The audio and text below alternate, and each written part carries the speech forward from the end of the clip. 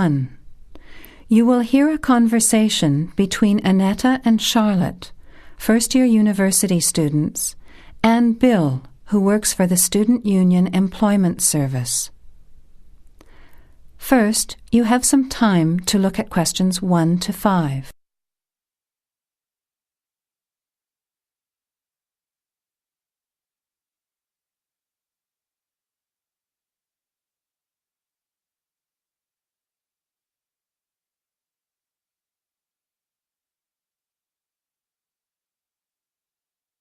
Notice that an example has been done for you.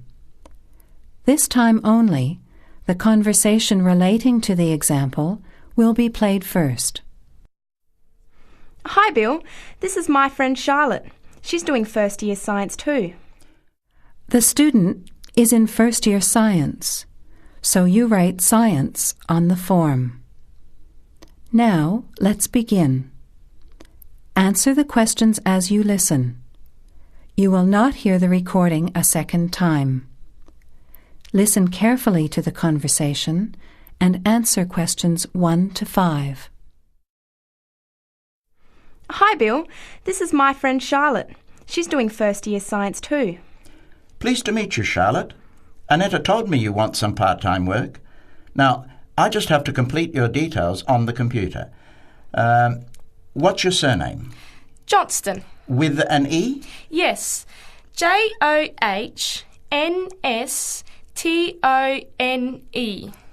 I know that you live in the Heathfield Street student residence, but I can't remember the street number there. It's 126. 126. Good. And the phone number? Well, actually, I never give people that number because sometimes nobody answers or they forget to pass on the messages. So, I bought a mobile phone yesterday, but I can't remember the number. I think it's 0414 847 748. I'll just check. No, sorry, not 748. It's 749. 0414 847 749? Yes, that's right. I must try and remember it. And what sort of work are you looking for? Well, anything really, I suppose, though it depends when it is. I'd rather work during the day, if that's possible. How many hours a week were you thinking of? Oh, I'm not sure. Maybe about 10. But I need to keep at least 2 days a week free for study. Do you have any work experience? Not much, though I used to help in my uncle's shop when I was at school. OK. Well, I'll put it in, but we don't usually get shop work. What about gardening? I'd rather not. Everything I touch dies. What other kinds of work are there? Well, there's a lot of demand for house cleaning, fast food preparation and kitchen work and pizza delivery if you've held a driving licence for 12 months. I'm not sure. Can I have a look at the vacancies while you talk to Annetta? You now have some time to look at questions 6 to 11. As you listen to the rest of the conversation, answer questions 6 to 11.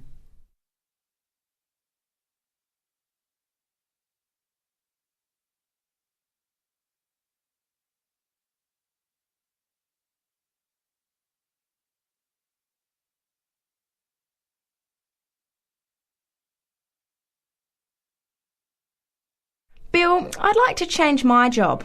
You're at the Hamburger Express on the High Street, aren't you? What's the problem? Well, I never know what hours I'm going to work. I start at 7 p.m. and I'm supposed to finish at 11 p.m, but sometimes they keep me until 2 or 3 a.m. Yes, that is a bit late if you have to make a 9 a.m. lecture the next day. And the other thing is the pay. They're supposed to pay me on Thursdays, but they never pay me on the correct day, often not until Friday or Saturday. A few weeks ago, I had to wait until Sunday. They said their son was sick, so they couldn't get to the bank, but they're always making excuses. Yes, that doesn't sound too good. Would you be interested in pizza delivery? You need to have a driving licence.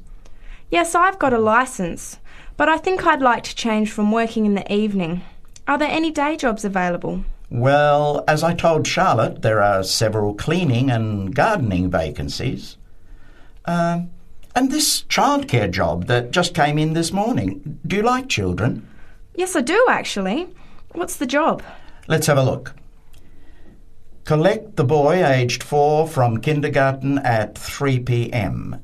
Pick up the other 2 girls who are aged 6 and 9 from the primary school at 3:15. You take them home and look after them. The parents will be home by 7. That sounds quite good. What about the pay? It's the same as you're earning now, 4 hours a day, Monday to Friday, so 20 hours a week. You need to contact Mrs. Alicia Thompson. Her phone number is 91045629 and she lives in Springfield. I've never been to Springfield. I hope I don't get lost. Don't worry. It sounds quite straightforward. Let's have a look at the street directory.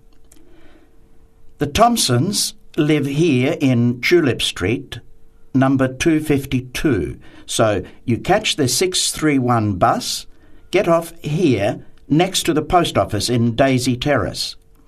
Walk past the post office to the corner, and on the opposite corner is the kindergarten. Then walk down Daffodil Place and cross over to the primary school. Then keep going down Daffodil Place to the corner and turn right into Tulip Street. That is the end of section 1. You have half a minute to check your answers.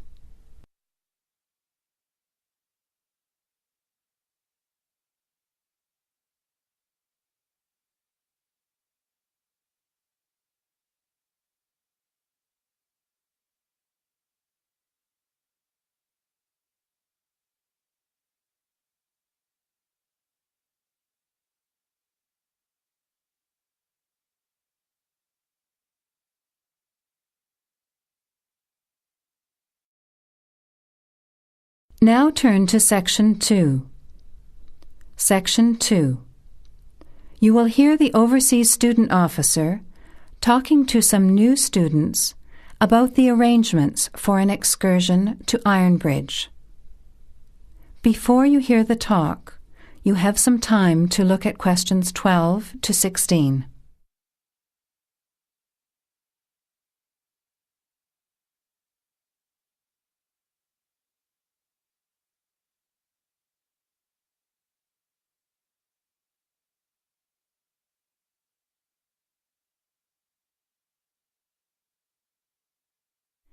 Now, listen carefully to the first part of the talk and answer questions 12 to 16. Hello everyone, my name is Pamela Sutcliffe and most of you already know that I'm the Overseas Student Officer here at Salopian Technical College. Next Tuesday, the 28th of September, we have arranged an excursion for all new students to the important historical town of Ironbridge. We are hoping you'll all come, because not only is the history of Ironbridge very important and interesting, but also an excursion like this is a relaxed and fun way to get to know each other. Ironbridge is about 55 kilometres from here, and we'll be travelling by the college bus, which holds 40 people. If there are more than that, we'll bring a couple of staff cars as well, though I might ask you to indicate on the list if you have a car and would be willing to take a couple of passengers. The list I'm referring to is up there on the student notice board, and if you would like to come on Tuesday, would you please add your name as soon as possible? By the way, could you please print your name clearly? I know some people have wonderful signatures, but often I'm afraid I can't read them, which can cause problems. So if we need extra transport and you could bring your car, can you tick the car column next to your name? Could you also add your student number and your telephone number, just in case there are any last-minute changes and we have to contact you? The other information I need to give you is about lunch.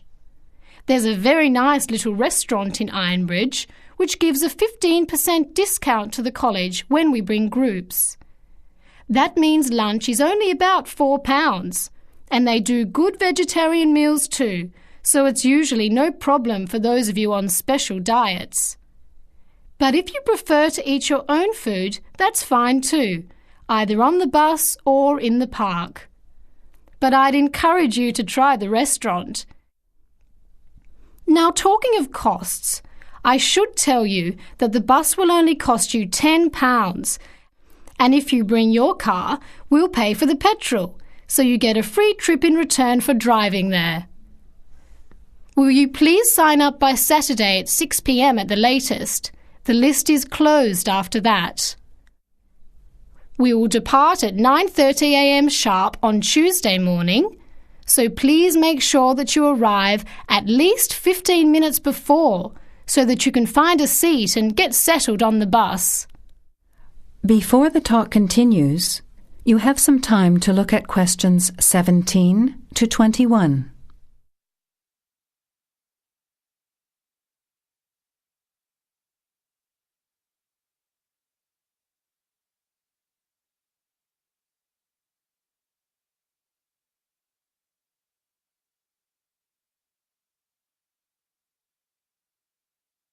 Now, as the talk continues, answer questions 17 to 21. The college bus garage is behind the engineering workshop. It's quite easy to find. If you come here to the Student Union building, then walk east down the avenue until you get to the childcare centre on your left, and then turn left and walk past the sports centre and the tennis courts, which are both on your left. Cross over Central Square, and opposite you is the engineering workshop. Walk around the back and you'll see the bus.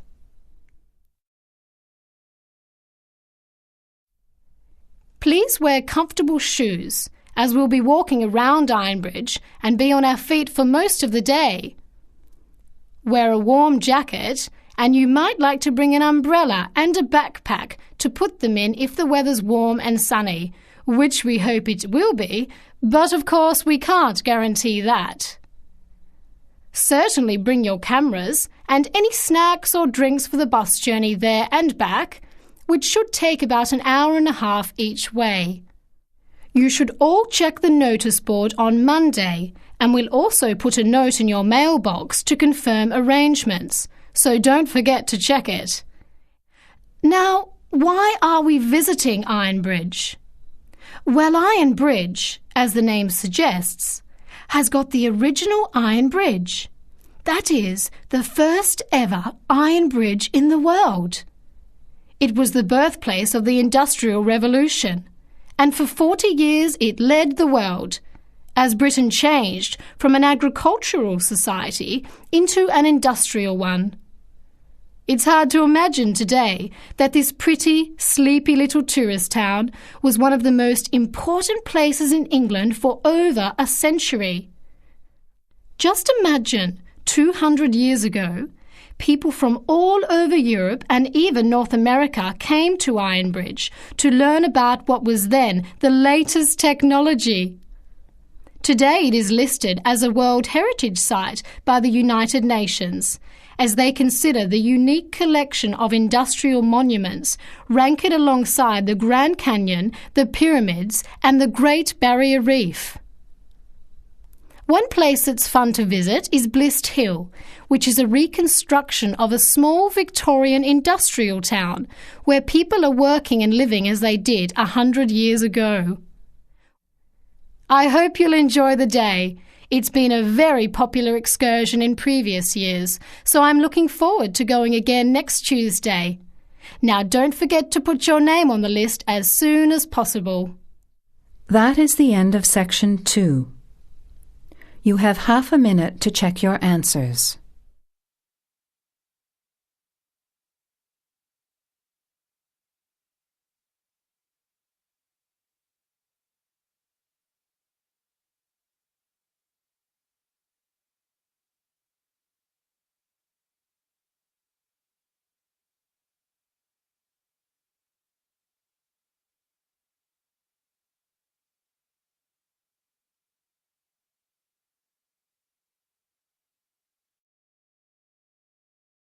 Now turn to Section 3.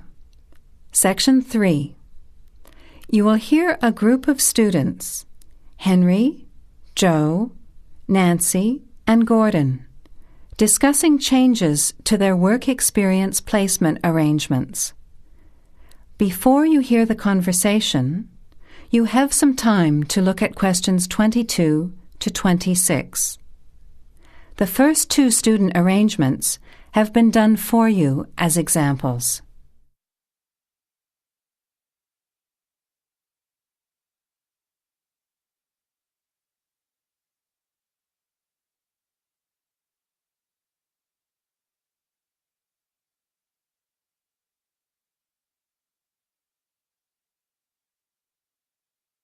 Look, there's the notice that Professor Jones told us he'd be putting up confirming the details of our work experience placements.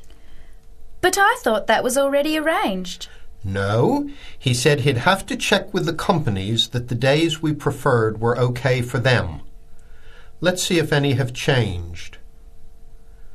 Teresa's not here today, but her name's first. It says the Uni Bookshop, Friday mornings starting on the 23rd of March. So nothing's changed. I'll let her know. What about Manuel? He's not here either. Is he still going to the music store in the High Street? If it's mainly music, yes, he's still down for that on Friday afternoons starting on the 9th. The day's different. It's changed from Tuesday mornings, but that's okay. I'll tell him. He'll really enjoy listening to music all day. Now, where's my name? Henry. Here it is. I'm going to the beauty shop, and I said I preferred Thursday afternoons. Oh, good, that seems okay.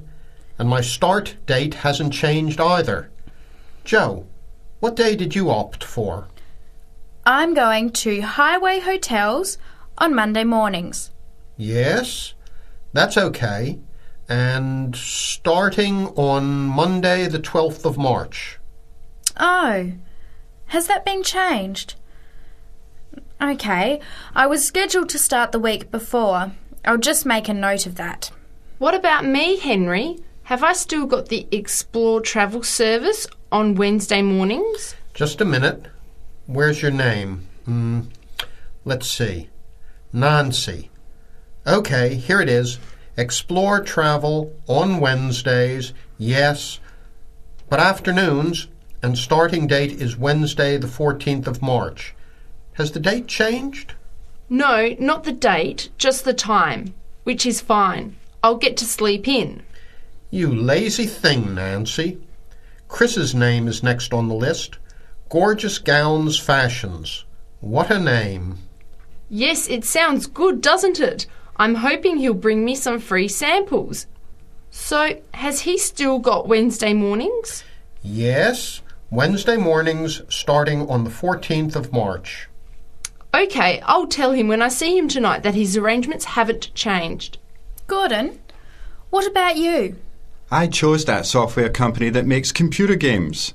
I can't remember its name, but I asked for Tuesday afternoons. Oh yes. Here it is. Games to go on Wednesday mornings. There's a note here saying they have their weekly staff meetings on Tuesday afternoons, so that wouldn't be much use to you. That's why they've changed it to Wednesdays, starting on the 21st of March, so you can see their working setup. OK, I'm glad they've changed it. I don't think I'd want to sit through a meeting every week. Before the conversation continues, you have some time to look at questions 27 to 30.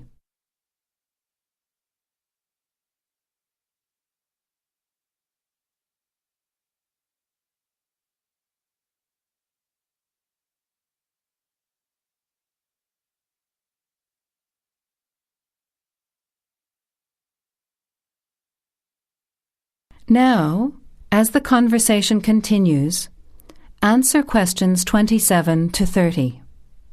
Can someone remind me what time we have to get to our placement in the afternoons? It says here, Mornings start at 9 a.m. and afternoon sessions at 1 p.m. Oh, that's a shame. I thought Professor Jones was going to change it to 9:30 a.m. and 1:30 p.m. Yes, he did say that he'd try to make it later, but obviously that wasn't possible. By the way, just in case, what happens if we're ill or something and can't make it? Do we phone the college or the place we're going to? I think we have to phone the company first and then the college. Didn't you get the information sheet about work experience at our last seminar? No, I missed it because I had to go to the dentist. What else did it say?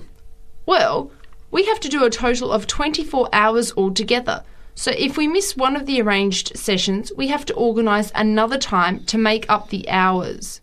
And he gave us details of the presentation we have to give about our work experience. Oh, really? What do we have to do? In week 10, we each have to give a presentation to the class about the company we've been with. It's 30% of our final mark for this subject, so it's going to be a lot of work. Yes, he's expecting us to do a lot of research while we're there so that we can outline the history of the company, its management structure, number of employees, other branches, etc. And he said we should use lots of visuals such as diagrams and flowcharts during the presentation. Yes, and we should also include what we did each week, the different departments of the company or positions that we observed, and try to relate what we saw to our studies so far. He gave examples like management style, accounting systems, information technology, and so on. You were right. It sounds like lots of work. That is the end of section 3. You have half a minute to check your answers.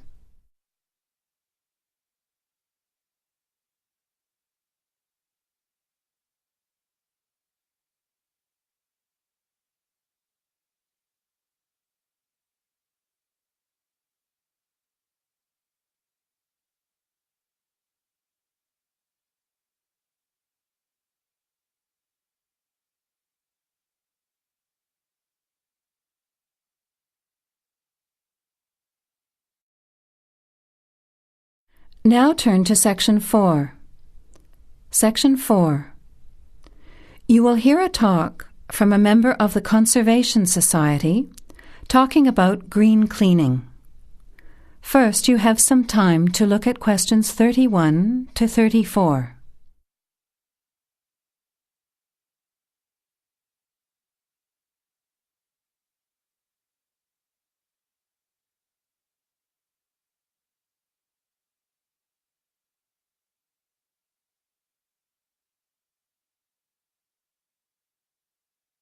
Now, listen carefully to the talk and answer questions 31 to 34. Good morning, everyone. It's a pleasure to be here as a representative of the Conservation Society to talk to you about green cleaning. In other words, about ways you can help to save the environment at the same time as saving money. I'll start with saving money, as we're all interested in that, especially students who are living on a tight budget. Probably none of you has sat down and calculated how much you spend on cleaning products each year. Everything from dishwashing detergent, window cleaners and so on, through to shampoos and conditioners for your hair, and then those disasters, products to get stains out of carpets or to rescue burnt saucepans. I can see some nods of agreement. Even if you don't spend a lot of time on housework, you'd end up spending quite a lot of money over a period of time, wouldn't you? We can save money on products and also use products which are cheap, biodegradable and harmless to the environment. These I will call green products. Unfortunately, most cleaning products on sale commercially are none of these, and many of our waterways and oceans are polluted with bleach, dioxins, phosphates, and artificial colourings and perfumes. Also, think how many plastic bottles each household throws away over a year. They'll still be around in landfill when you are grandparents. So we often feel there's nothing we can do to make a difference, but we can. The actual recipes are on handouts you can take at the end of the talk. The sorts of ingredients I'm referring to are things like bicarbonate of soda, eucalyptus oil, ammonia, vinegar, lemons, pure soap. Lastly, many people find they are allergic to modern products. So for all you asthma sufferers, keep listening. Nothing in these recipes should cause you any problems. An end to itching and wheezing. Now you have some time to look at questions 35 to 40.